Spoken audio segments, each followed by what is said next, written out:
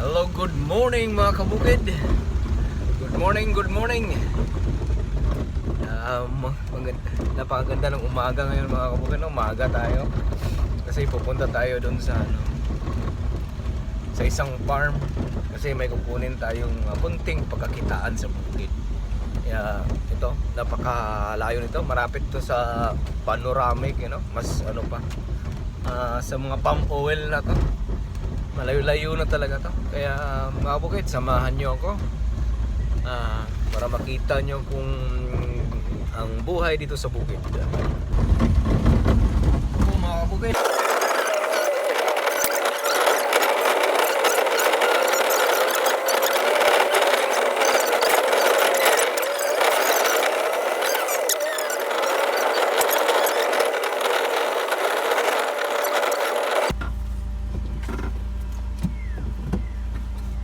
ayun mga kabukid, Katahum Farm. Ito yung Katahum Farm. Pasok na tayo. Dito po nag-uumpisa yung niya. Medyo ano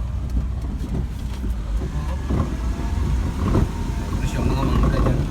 Plantation siya ng mga mangga. Kasi hirap mga natin. Okay.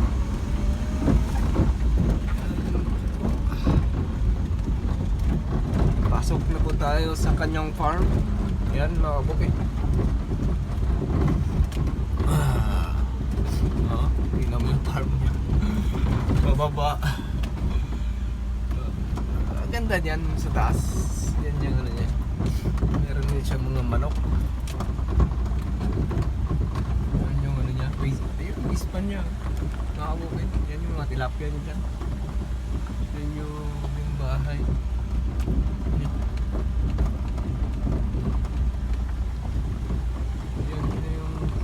Part din ng niya.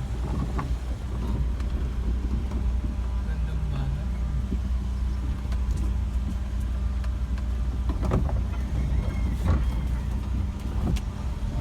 Sakit tayo mga kabukid.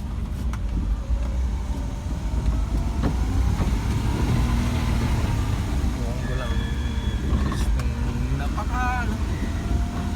yung farm niya. Kita mo yung natin.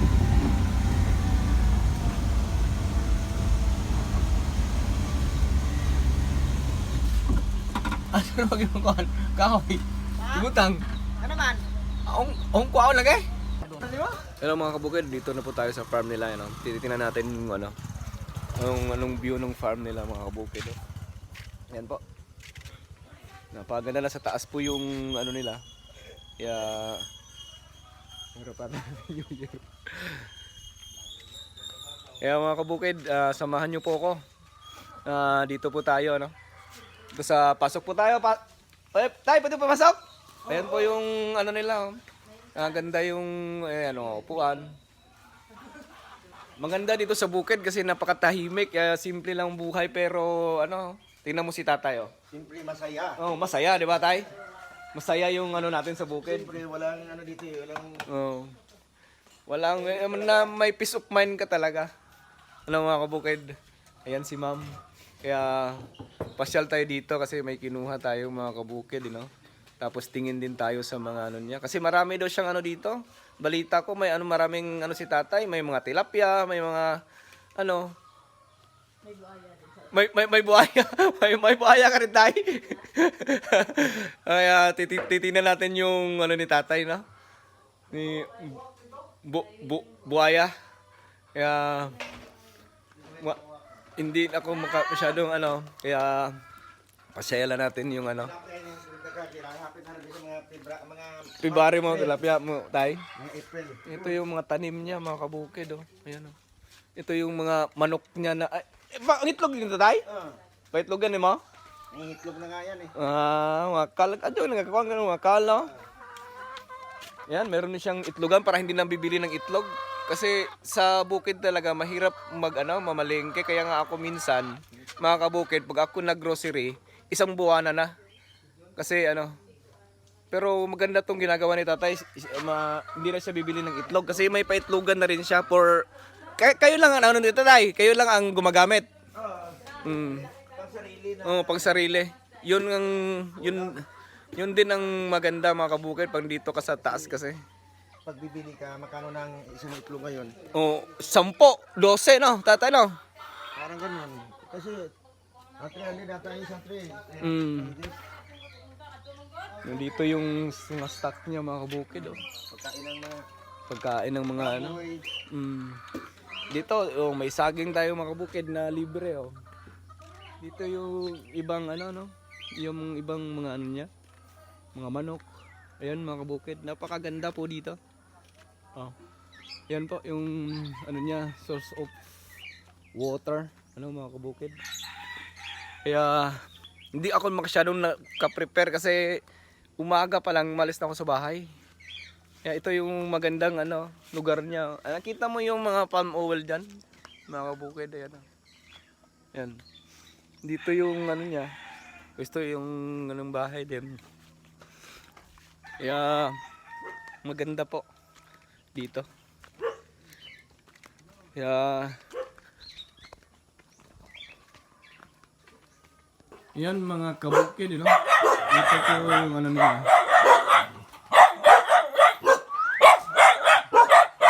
Ito po yung lugar niya mga kabukid. Yeah, nasa taas po tayo. Pupunta tayo sa taas kasi titingnan natin yung ano, yung mga kulungan na rabbit niya.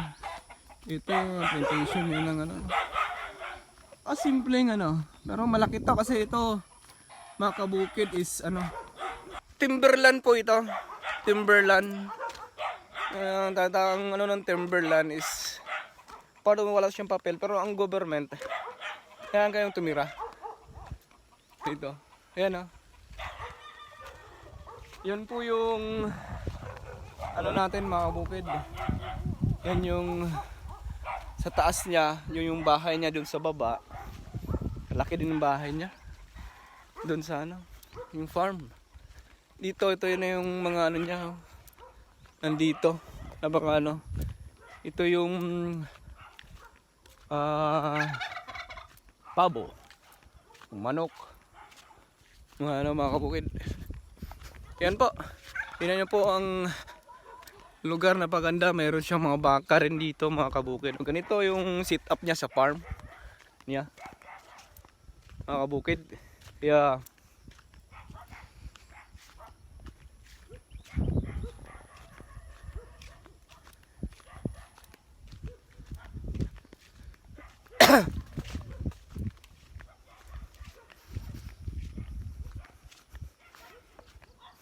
ito po yung mga baka niya dito mga kabukid oh. Dito po yung lawak pala nito. Lawak, yun po yung part of panoramic mga kabukid. Hirap maintenance. Malaki-laki din to. Ayan yung tagapamahala niya oh. Diyan nakatira. Yan yung dito yung ano mga baka niya. Laki ng ano nito. Bukid, ayan oh. Yan yung ano panoramic na parte no. Mas ano siya dito, malapit siya. Yung sa akin nandun, hindi mo makikita. Yung ano kasi hindi mo makita yung ano eh. Ayan. Ayan yung mga baka niya mga kabukid oh. Part of andun. House yun. Noon, yung ano kulungan ng rabbit yun, may mga rabbit siya malalaki dito. Pero ngayon wala na. Kaya, umakyat tayo no. So kung gusto nyong balak nyong mag-farm, may idea na po kayo kung saan maganda ang ano. Ito rin vertical yung ano niya, hindi naman siya patag pero vertical, pero maganda to sa mga tanim, din sa mga baka, manok, lahat po. At pa-share natin mamaya yung ano niya, yung fish pan kasi yun nga pang ano lang, yung sila lang gumagamit pag harvest, sila lang nag-ano kasi yun nga pag andito kayo sa malayo, ganito kalayong lugar, pag pupunta kayo pumunta kayo sa ano, sa bayan, isang bilihan, hindi rin minsan hindi rin enough yung ano, yung short tayo talaga, di ba? Magkulang na kabukid, ayan. Kaya ganito ang sit up nila. Gaya din ng sit up ko doon. Pero malaki to sa kanila kasi napakalaki nito kasi sila is ano na may pera. Eh tayo naman mga kabukid is wala. Yung maliit pa lang talaga yung sa atin. Ano?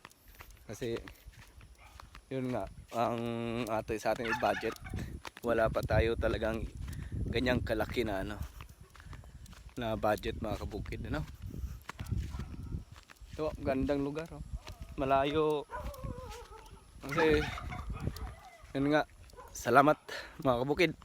Kaya kung nagustuhan nyo ang ano na to, video na to, i-like nyo lang, share, and then pindutin nyo po ang notification bell para updated po kayo sa next na video ko mga kabukid.